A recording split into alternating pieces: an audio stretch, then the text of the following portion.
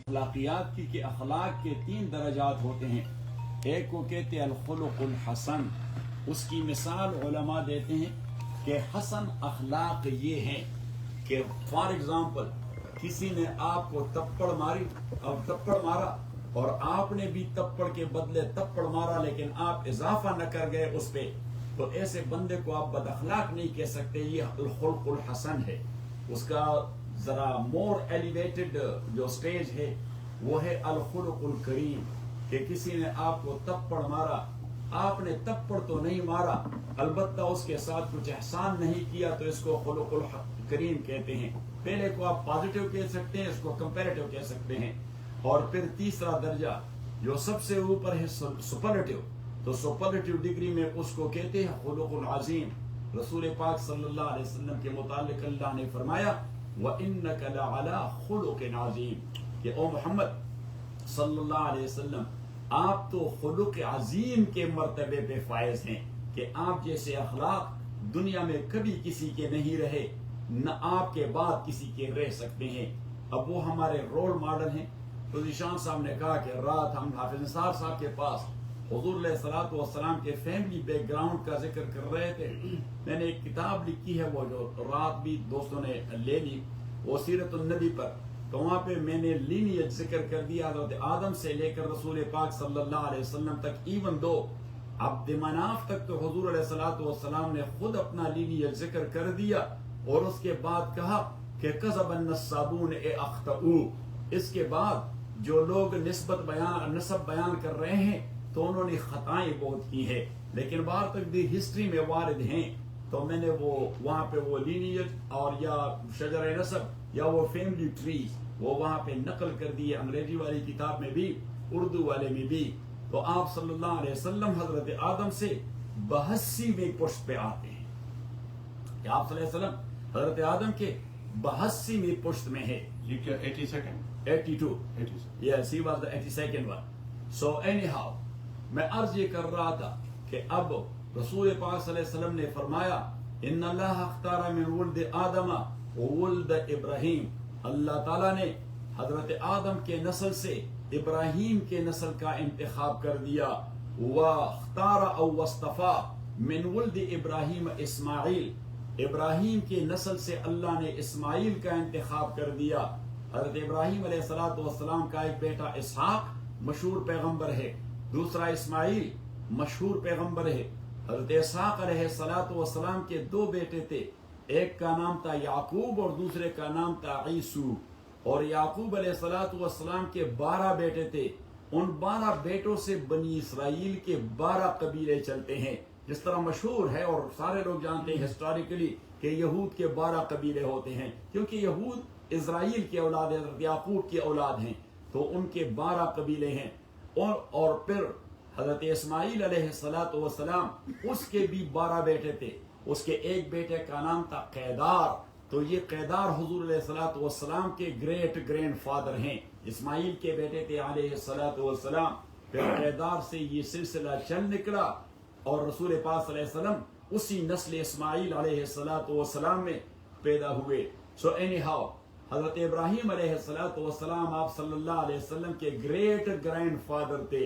اور جب یہود و نصارہ نے کلیم کر دیا کہ ابراہیم علیہ الصلوۃ والسلام ہمارے دادا اور ہم اس کے فالوورز ہیں، تو اللہ کریم نے فرمایا تو پھر یہودی نصرانیت کہاں سے نکل آئی؟ ابراہیم علیہ السلام تو موحد تھے، وہ تو مسلم تھے. ما کان ابراہیم یہودیا ولا نصرانیا ولکن کان حنیفا مسلما.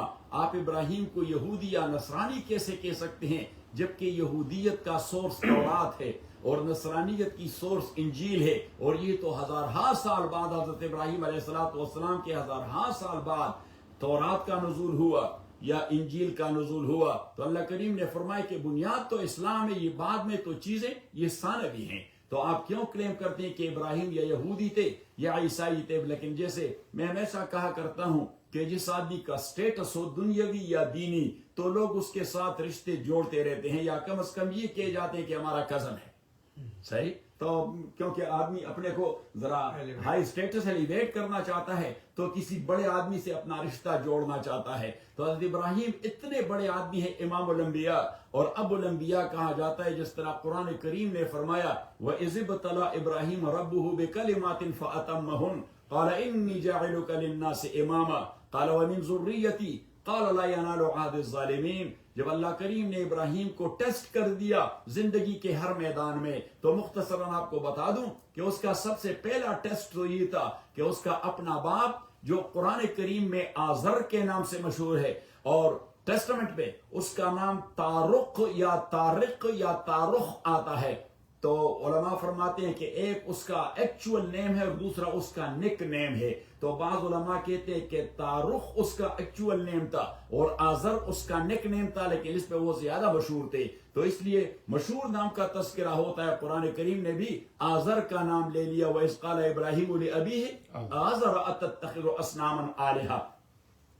تو سب سے پہلا معرکہ تو اس کا اپنے باپ کے ساتھ ہوا. اذ قال لأبيه يا أبت لم تعبد ما لا يسمع ولا يبصر ولا يغني عنك شيئا, کہ بابا یہ آپ بتوں کی پوجا کیوں کرتے ہیں, یہ کس کام کے ہیں, یہ کیسے خدا کے شریک ہوتے ہیں. اب باپ کو غصہ آیا, بیان تو طویل ہے, تو باپ کو غصہ آیا, اس نے کہا اراغب انت عن آلہتی یا ابراہیم, کیا آپ میرے خداؤں سے منہ موڑنے والے ہیں. لئن لم تنتہی لارجمنک واہجرنی ملیا. سٹاپ اٹ, اگر آپ سٹاپ نہیں کرو گے تو میں آپ کا چہرہ نہیں دیکھنا چاہتا. تو ابراہیم علیہ السلام نے کہا کہ سلام علیک ساستغفر لک ربی انہ کان بی حفیا. بابا آپ جیسے بھی ہیں, کافر ہیں, مشرک ہیں, لیکن ہے تو میرے باپ, تو میں تو آپ کو نہ برا کہہ سکتا ہوں, نہ آپ کو مار سکتا ہوں, نہ آپ کو برا جواب دے سکتا ہوں, تو میں آپ کو چھوڑ دیتا ہوں. البتہ اللہ سے مانگوں گا کہ اللہ کریم آپ کو ایمان دے دے اور اللہ کریم آپ کو مغفرت نصیب فرمائے. تو اس ابراہیم کے اولاد میں سے تھے علیہ السلام حضرت اسماعیل, اس کے بیٹوں میں سے تھے قیدار, اور قیدار کے نسل سے تھے حضرت اسماعیل علیہ السلام. تو لانگ سٹوری کو شارٹ کر جاتے ہیں کہ حضور علیہ السلام کہ دادوں میں جو اوپر والا دادا ہے اس کا نام ہے قصی ابن کلاب. رات حافظ صاحب کے ہاں میں ذکر کر رہا تھا کہ اس کی جو والدہ تھی اس کا نام ہے فاطمہ بنت سعد. تو کلاب یہ جب وفات پا گئے اور یہ بیوہ ہو گئی, تو یہ بیوہ اس نے شام کے شاہی خاندان میں سے ایک آدمی کے ساتھ شادی کر دی اور وہ اس کو میڈیٹرینین شور پر لے گئے. تو وہاں پہ یہ چھوٹا بچہ قصی بھی ساتھ تھا. وہاں اس خاتون سے اس کنگزادے یا شہزادے اسی کے کچھ بچے پیدا ہو گئے. ایک دن یہ قصی ابن کلاب اپنے ان ماں والے بیٹوں کے ساتھ جو سوتیلے بھائی کہے جاتے ہیں, یا ہم شریعت میں اور عربی میں اس کو اخیافی برادرز کہتے ہیں, تو اخیافی برادرز کے ساتھ وہ کھیل کود رہے تھے, کسی بات پہ بگڑ گئے تو انہوں نے اس کو تانا دے دیا کہ ہم تو شہزادے ہیں, بادشاہوں کی اولاد ہے, پتہ نہیں آپ کس کی اولاد ہیں. تو قصی ابن کلاب کو یہ بات ہٹ کر گئی, تو وہ گھر آ گیا اور اماں سے روتے ہوئے پوچھا کہ یہ میرے بھائیوں نے مجھے ایسا کیوں کہہ دیا. تبھی تک اس کو پتا نہیں تھا کہ میرا باپ یہ نہیں جس کے پاس میں رہ رہا ہوں. تو والدہ نے کہہ دیا کہ نہیں, یہ آپ کا باپ نہیں, چونکہ آپ یتیم ہو گئے تھے تو میں آپ کی پرورش کے لیے نکاح کر چکا ہوں تاکہ آپ کو کوئی سپورٹ اور کوئی شیڈ اور کوئی امبریلا مل جائے. تو اس لیے میں نے, لیکن آپ کے باپ تو ان کے باپ سے بڑھ کر بادشاہ تھے, کیونکہ آپ کے جو باپ تھے قصی ابن کلاب وہ تو بیت اللہ کے کسٹوڈین تھے, وہ تو مکہ کے چیف تھے. اس نے کہا اچھا تو پھر میں یہاں میڈیٹرینین میں کیا کر رہا ہوں. تو اس نے وہاں سے نوجوان وہ وہاں سے اٹھ کے واپس مکہ معظمہ آ گیا. اب جب مکہ معظمہ آ گیا تو اس وقت قبیلہ جرہم, یہ یمن کا قبیلہ ہے اور یہ وہ قبیلہ ہے, آپ کو بتا دوں یہ ہسٹری ہے کہ بیت اللہ شریف جہاں پر واقع ہے یہاں پہ صرف بیت اللہ تھا, کوئی شہر وغیرہ نہیں تھا.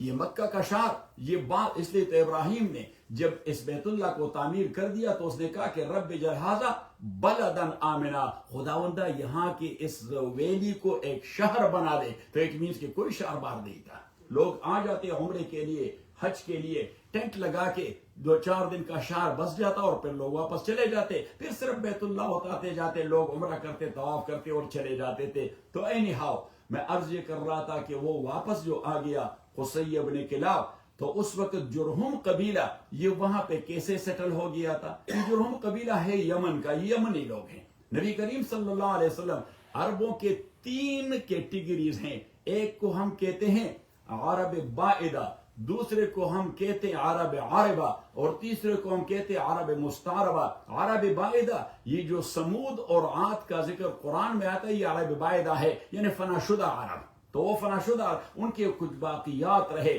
تو ان کے آف سپرنگ کو کہتے ہیں عرب عاربہ، جو زیادہ تر یمن میں رہے ہیں. کیونکہ اگر آپ اب بھی جائیں تو اسی خطے کو ربع الخالی جسے کہتے ہیں، سعودی عرب میں اس کا کچھ حصہ ہے اور یمن میں اس کا کچھ حصہ ہے سینڈ ہلز. تو وہ سینڈ ہلز کا علاقہ یہ حضرت ہود کا علاقہ تھا علیہ الصلوۃ والسلام. میں وہاں عمان گیا تھا تو حضرت ہود علیہ الصلوۃ والسلام کی قبر مبارک وہ سلالہ کے قریب ہے یمن میں، عمان میں. اور عمان اور یمن یہ تو ایک دوسرے کے ساتھ قریب لگتے ہیں. تو اینی ہاؤ قصی بن جرہم قبیلہ یہ بزنس ٹرپ پہ کہیں جا رہے تھے مکے سے باہر پہاڑوں کے دامن میں. یہ وہاں ڈیرا جمائے ہوئے تھے کہ یہاں پہ طواف کر جائیں گے اور پھر آگے چل پڑیں گے. تو وہاں جب یہ رکے تو بیت اللہ کے اوپر انہوں نے وہ پرندہ دیکھا کہ جو پرندہ پانی کے اوپر ہیلی کاپٹر کی طرح شاورنگ کرتا رہتا ہے.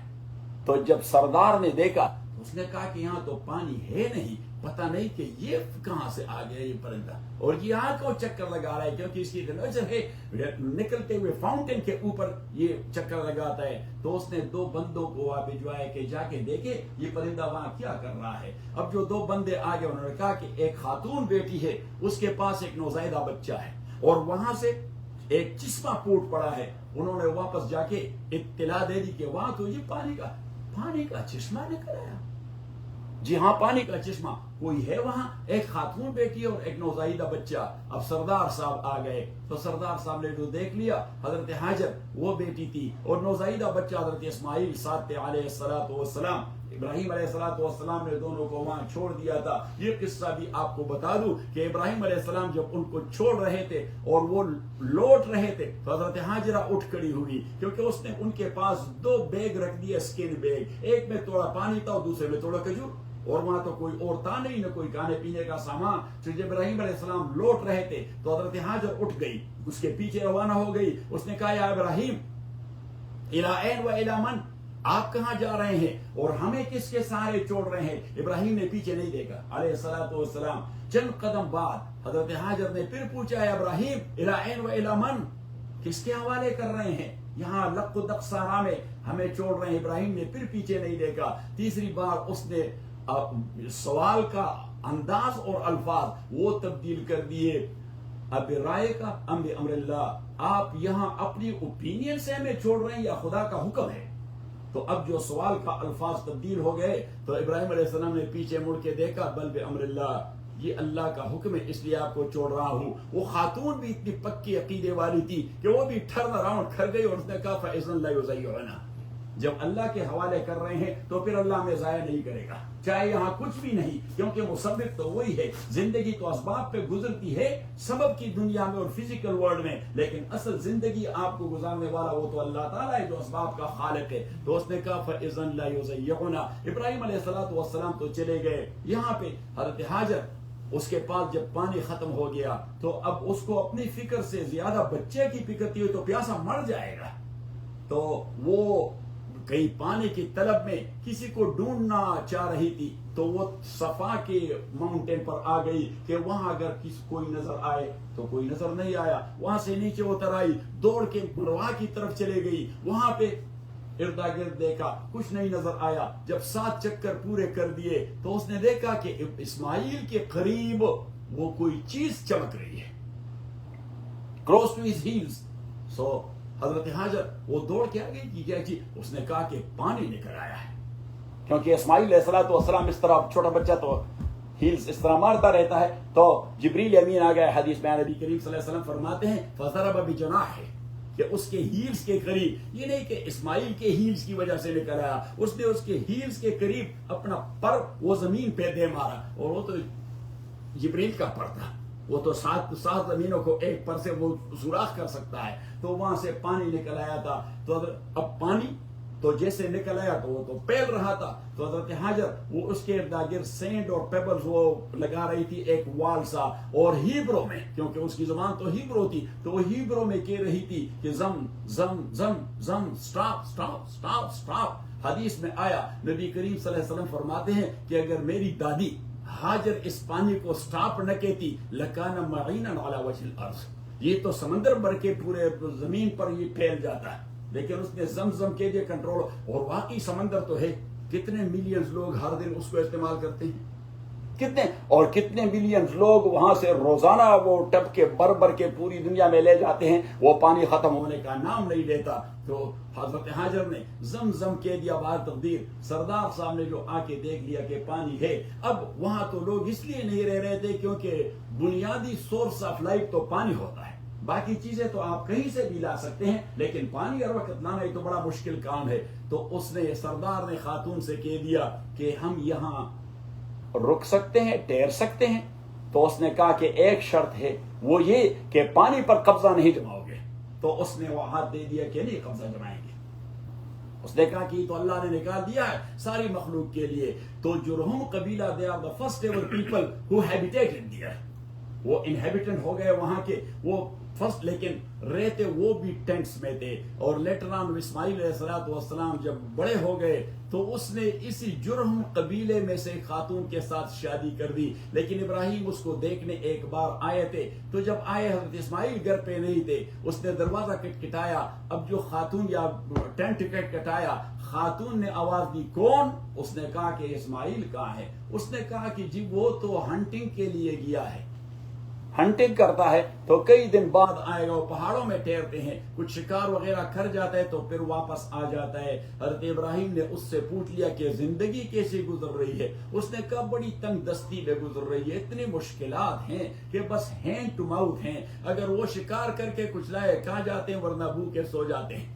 یعنی شکایت کی۔ حضرت ابراہیم تو اللہ کے اولو العزم پیغمبر تھے، پیغمبر تو کبھی خدا سے مرتے ہوئے بھی شکایت نہیں کرتا، اس کو یہ بات اچھی نہیں لگی، تو اس نے کہا کہ اچھا، اور یہ اپنے کو متعارف بھی نہیں کروایا کہ میں کون ہوں۔ اس سے کہا کہ جب اسماعیل واپس آئے تو اسے کہہ دے کہ دروازے کا چوکٹ تبدیل کر دے۔ وہ سوچ رہی دروازہ تو یہاں ہے نہیں، یہ تو ٹینٹ ہے اور کپڑا لٹکا ہوا ہے، کہ دروازے کا چوکٹ تھریش ہولڈ یہ تبدیل کر دے۔ ابراہیم تو چلے گئے علیہ السلام۔ کئی دنوں بعد اسماعیل علیہ السلام جب تشریف لے آئے تو خاتون نے کہہ دیا کوئی بابا آیا تھا۔ اس نے کہا کیسا تھا؟ اس نے کمپلیکشن بتا دیا۔ اس نے کہا تو میرا ابو تھے۔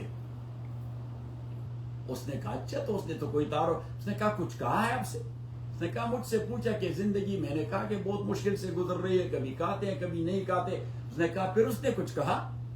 تو اس نے کہا کہ ہاں۔ اس نے کہا کہ اسماعیل سے کہہ دے کہ دروازے کے چوکٹ تبدیل کر دیں، اور رائٹ اوے حضرت اسماعیل نے کہہ دیا فانت طالق، میں آپ کو طلاق دے دیتا ہوں، کیونکہ میرے ابو کو یہ بات پسند نہیں آئی، تو اس نے طلاق دے دیا۔ پھر اس نے اسی ہی قبیلے سے دوسری خاتون کے ساتھ نکاح کر دیا۔ اب جب دوسری، اس کا نام ہے ہبا، تو ہبا سے نکاح کر دیا، اور وہ سردار کی بیٹی تھی، اس سے نکاح کر دیا۔ ابراہیم علیہ السلام ایک بار پھر دیکھنے آیا، once again Ismail was for hunting somewhere, اور وہاں بھی اسی قسم کا کلام ہو گیا خاتون کے ساتھ۔ تو ابراہیم نے جاتے ہوئے کہہ دے کہ اسماعیل جب آئے تو اس سے کہہ دے کہ چوکٹ جیسا ہے ویسا رکھا ہے۔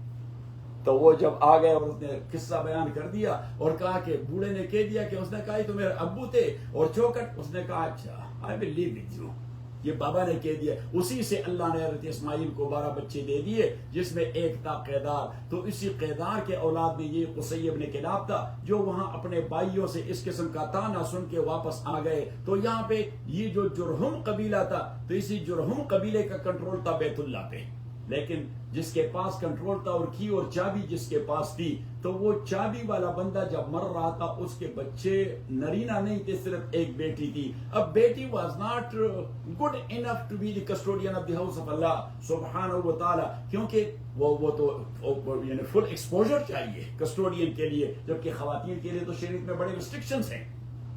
تو اس نے ایک بندے کے ساتھ اس کا نکاح کروایا اور چابی اس کو تما دی، لیکن اسے کہا custodian, she is the custodian, you will be working on her behalf. So وہ آدمی اس کے بہاف پہ، لیکن وہ آدمی ایڈکٹ تھا وائن کے لیے، تو ایک بار وائن کی شارٹیج ہو گئی. اب قصی بن کلاب نے موقع غنیمت سمجھا کہ ابھی چابی لینے کا پراپر وقت ہے، کیونکہ ایڈکٹ تو اپنی ایڈکشن کے لیے کچھ بھی کر سکتا ہے. تو ایک بار وہ کہیں سے قیمتی قسم کا شراب لا کے وہ اس کو باٹل دکھا دیا.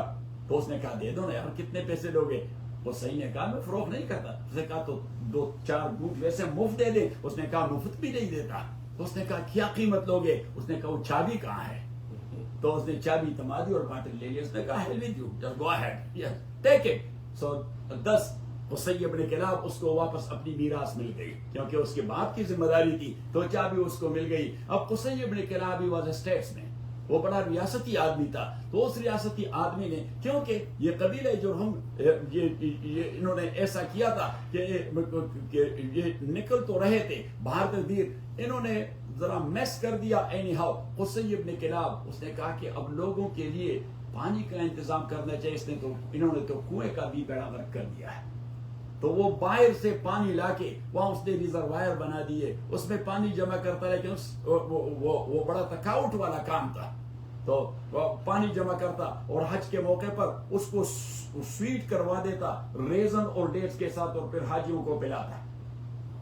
اور یہی قصی بن کلاب یہ وہ پہلے آدمی ہیں جس نے قریش کو ادھر ادھر سے جمع کر دیا جو ڈسپرس ہو گئے تھے، لیکن انہیں کہہ دیا کہ دیکھیے آپ آ کے مکے میں اپنے گھر بنائیں، ٹینٹس کے بجائے اپنے گھر بنائیں، لیکن آپ لوگوں نے پراپرٹی ٹیکس دینا ہے. کتنی پراپرٹی آپ لیں گے؟ جی 5 مرلے. کتنی لیں گے؟ 10 مرلے. تو آپ کو اتنا پے کرنا ہوگا، آپ کو اتنا پے کرنا ہوگا، آپ کو اتنا پے کرنا ہوگا، کیونکہ دنیا بھر سے حجاج آتے ہیں، ان کی خدمت کرنی ہے. تو اس نے رفادہ اور وفادہ اور سقایا اور یہ سارا نظام، وہ اس سے کھانے پینے کا بھی انتظام کرتے تھے سارے حجاج کرام کے، اور ان کی مہمانداری کیا کرتے تھے. اینی ہاؤ یہ سلسلہ چلتا رہا تا آ کے حضور علیہ الصلوۃ والسلام کے قریبی گریٹ گرینڈ فادر ہاشم کا دور آ گیا. تو ہاشم وہ بیت اللہ کا کسٹوڈین بن گیا. وہ بھی ایک اسٹیٹسمین قسم کا آدمی تھا. اس نے اس گڈ آفیسز کو استعمال کر دیا قریش کے معیشت کے لیے، قریش کے معیشت کے لیے، ان سینس کہ پرشین امپرر اور رومن امپرر، پرشین امپائر یا رومن امپائر، وہ علاقے کو کنٹرول تو نہیں کرنا چاہتے بیت اللہ اور اس کے سراؤنڈنگ کو، کہ یہ لوگ کنٹرولبل ہے نہیں، یہ تو بتکے ہوئے لوگ ہیں، تو کسی کنٹرول میں نہیں آتے، تو ان کے ساتھ گڈ ریلیشن ہونا چاہیے. تو گڈ ریلیشن رکھتے تھے، لیکن یہاں کوئی باقاعدہ نظام تو نہیں تھا. یہ ہاشم نے اسٹیبلش کر دیا، لیکن ان دونوں حکمرانوں سے اس نے یہ اجازت لے لی کہ ہمیں کلم کلا اجازت ہوگی آپ کے اسٹیٹس میں آنے کی اور تجارت کرنے کی. اور انہوں نے کہہ دیا کہ آپ custodian of the house of اللہ ہیں تو آپ کر سکتے ہیں. اور یہی ذکر قرآن کریم میں اللہ نے فرمایا لإلاف قریش إِلَافِهِمْ رِحْلَةَ الشِّتَاءِ وَالصَّيْفِ فَلْيَعْبُدُوا رَبَّ هَذَا الْبَيْتِ الَّذِي أَطْعَمَهُم مِّن جُوعٍ وَآمَنَهُم مِّن خَوْفٍ، کہ آپ سردیوں میں پرشیا کی طرف اور گرمیوں میں روم کی طرف، شام کا علاقہ روم کہلایا جاتا تھا کہ ان کے ڈومین میں تھا کہ آپ گرمیوں میں وہاں پہ تجارت کے لیے جاتے ہیں، 24/7 آپ کی تجارت وہ چلتی رہتی بیت اللہ کی وجہ سے. تو اب آپ کے پاس میں نے جو پیغمبر بھجوا دیا، قرآن بھجوا دیا، تو to be thankful to Allah you must have believed in the message of that Muhammad sallallahu alaihi wasallam, but you refused it. So does it make sense to you that how much kind I was to you people, how much ungrateful you are to me, that you rejected my messenger and you rejected my book, the Holy Quran. So anyhow ہاشم یہ ایک trip پہ جا رہا تھا، business trip پہ، تو مدینہ سے گزر رہا تھا. مدینہ کو زمانے میں نخلا کہا کرتے تھے، وہاں کچھ دنوں کے لیے بازار لگتا تھا. یہ تجار وہاں سے گزر کے اس بازار میں بھی کچھ تجارت کرتے، اپنے ساتھ جو سامان لیتے وہاں فروخت کرتے، وہاں سے کچھ سامان لے کے آگے لے چلتے. تو ہاشم بھی وہاں ٹھہرا. اس نے ایک سٹور دیکھ لیا کہ سٹور میں ایک بڑی پریٹی قسم کی خاتون، بڑی چاق و چوبند اور اچھی قد قامت والی، وہ سٹور کی سربراہ اور کارندے اس کے ساتھ کام کر رہے ہیں. تو اس نے کسی سے پوچھ لیا خاتون کون ہے؟ اس نے کہا فلاں قبیلے کے سربراہ کی بیٹی ہے، لیکن وہ مرتے وقت یہ اپنا سٹور اس کو سپورٹ کر چکے ہیں کیونکہ اس کا بیٹا کوئی نہیں تھا. تو ہاشم نے اس خاتون سے کچھ سودا سلب بھی تو لے لیا تجارتی، لیکن اس سے کہہ دیا، اپنا آپ انٹروڈیوس کر دیا کہ میرا نام ہاشم ہے، میرا نام ہاشم ہے، عبد مناف کا بیٹا ہوں اور ہاؤس آف اللہ کا کسٹوڈین ہوں. In other word you can say کہ میں مکے کا بادشاہ ہوں، ہاؤس آف اللہ کی کسٹوڈین ہوں. میں آپ کو پروپوز کرتا ہوں. تو خاتون نے فوراً حامی بردی کے بھائی کنگ مل رہا ہے تو پھر کیا کرنا ہے. تو ہاشم وہ اس خاتون کے ساتھ چند دن رات وہاں رہے، پھر آگے ٹرپ پر چلے گئے. اس کی تو موت ہو گیا الخلیل میں. الخلیل تو مشہور جگہ ہے فلسطین میں، ہیبرون، جہاں حضرت ابراہیم کی قبر بھی ہے، حضرت اسماعیل کی، اسحاق کی قبر بھی ہے، حضرت یعقوب کی قبر بھی ہے، اور حضرت یوسف علیہ السلام کے جو صدقاکی کو بھی حضرت موسیٰ نے اس کی وصیت کے مطابق بعد میں نائل ریور کے ڈیلٹا سے اٹھا کر یہاں لے آیا تھا کہ یوسف علیہ السلام نے وصیت چھوڑی تھی کہ بعد میں جو پیغمبر سب سے پہلے اس خطے میں بھجوایا جائے اس کو میرا یہ پیغام پہنچا دے کہ میری جسد خاکی کو یہاں سے اٹھا کر میرے گرینڈ فادرز کے پاس لے جائے. تو وہاں سے اس کی جسد خاکی اٹھا کر ہیبرون میں لے آیا، الخلیل میں دفن کر دیا. تو اینی ہاؤ ہاشم وہ بھی وہاں وفات پا چکے، اس کی قبر بھی وہاں ہیبرون میں ہے الخلیل میں. تو اینی ہاؤ لیکن یہاں پہ اس کی وائف وہ پریگننٹ رہی تھی، اس نے بعد میں بچہ ڈیلیور کر دیا، لیکن کسی کو مکے میں پتہ نہیں تھا. ہاشم واپس نہیں آیا تو وہاں اس کے دوسرے بھائی تھے نوفل، اس نے فوراً کنٹرول کر دیا حکومت پہ، custody of the house of Allah. نوفل بعد میں اس کے تیسرے جو بھائی اس کا نام ہے مطلب، تو مطلب کو پتا چل گیا کہ میرے بھائی ہاشم نے تو مدینہ میں شادی کی تھی، اس کا ایک بیٹا بھی ہوا تھا.